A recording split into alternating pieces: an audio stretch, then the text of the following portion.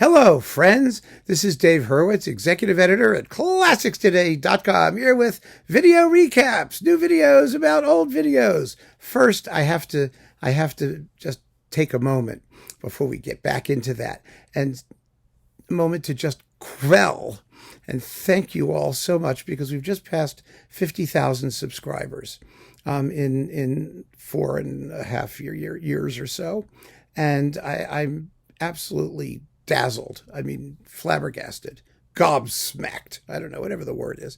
I think it's extraordinary. And I want to thank all of you who have subscribed and who will subscribe and who are thinking about subscribing.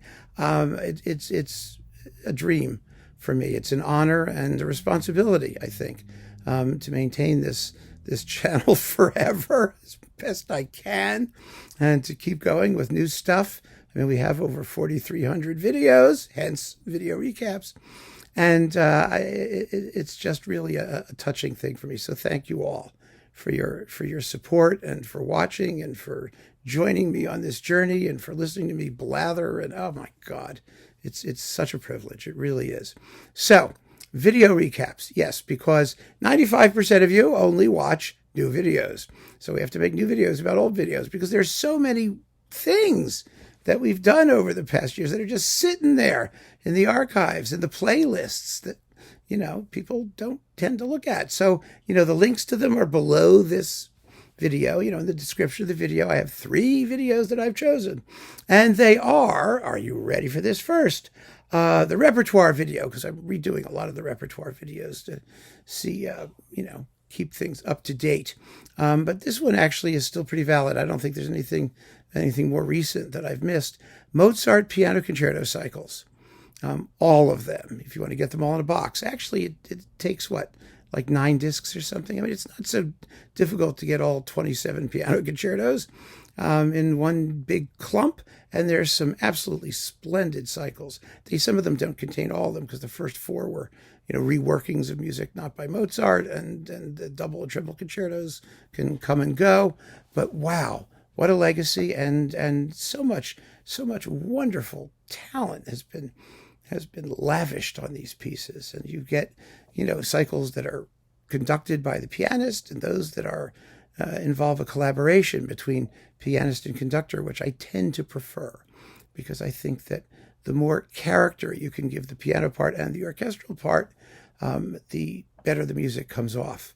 And you usually have a better chance of creating that fruitful dichotomy when you have 2 personalities at work rather than just one. But that's me. There are exceptions to every rule, as you well know. Then after that, well, one of you mentioned a video you particularly enjoyed, the world's most authentic Beethoven Fifth Symphony.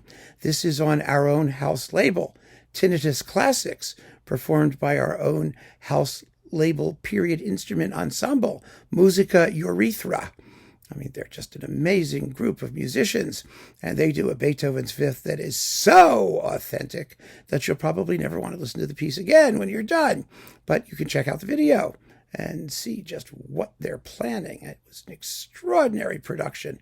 Actually, the Tinnitus Classics playlist has a whole series of absolutely fabulous and unique recordings that you can investigate at your leisure. I mean, there's a dozen or more, and there will be more of those coming in the future too. And then last but not least, oh yes, Great Artist Bad Day. That's a series a couple of you have asked about. We haven't done much with it lately, but we will revive all of these. Nothing is dead. I mean, as long as I'm alive, these talks are alive. The series is alive. You never have to fear.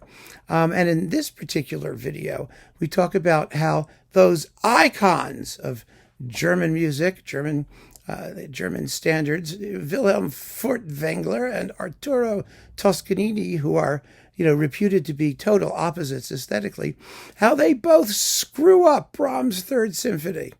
I mean, it's really kind of fascinating, because the Brahms Third is the one that most people don't get right. And why they don't get it right, I have no idea. It's not that it's more difficult than the other ones. I mean, it ends quietly, okay. But, you basically just do what Brahms said to do, and it will come off perfectly well. Some conductors find that impossible. And Fort Wengler and Toscanini were two of them. Oh my God, what a mess they made of it.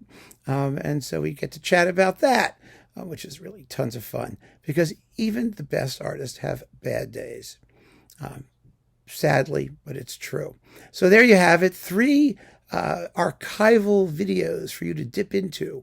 The Great Artist Bad Day playlist is also out there if you want to see other major names screwing up royally. It's like going to a hockey game to watch the fights, right? It's just this wonderful fascination in listening to the train wreck as it happens.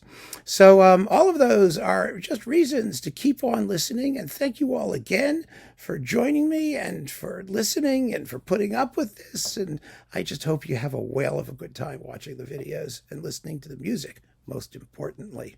Take care.